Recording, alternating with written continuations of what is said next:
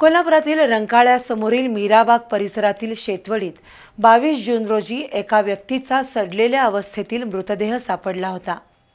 घातपाताची शक्यता गृहीत धरून लक्ष्मीपुरी पोलिसांकडून तपास सुरू आहे।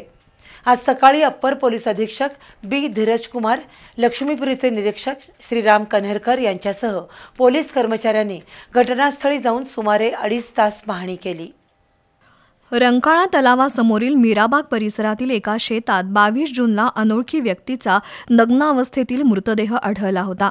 हा मृतदेह पूर्णपणे सडल्यानं त्या व्यक्तीचा 4 ते 5 दिवसांपूर्वी मृत्यू झाल्याची शक्यता आहे। त्या मृत व्यक्तीची ओळख पटवण्याचं काम पोलिसांकडून सुरू आहे।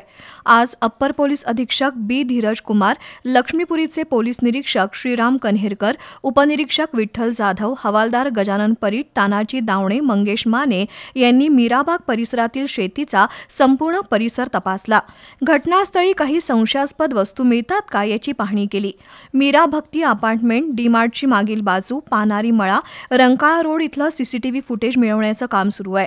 त्या अनोळखी मृतदेहाची ओळख पटवून मृत्यू नेमका कशामुळे झाला, हा घातपात तर नाही ना, या अनुषंगानं पोलीस तपास करत असल्याचं अप्पर पोलीस अधीक्षक धीरज कुमार बच्चू यांनी सांगितलं।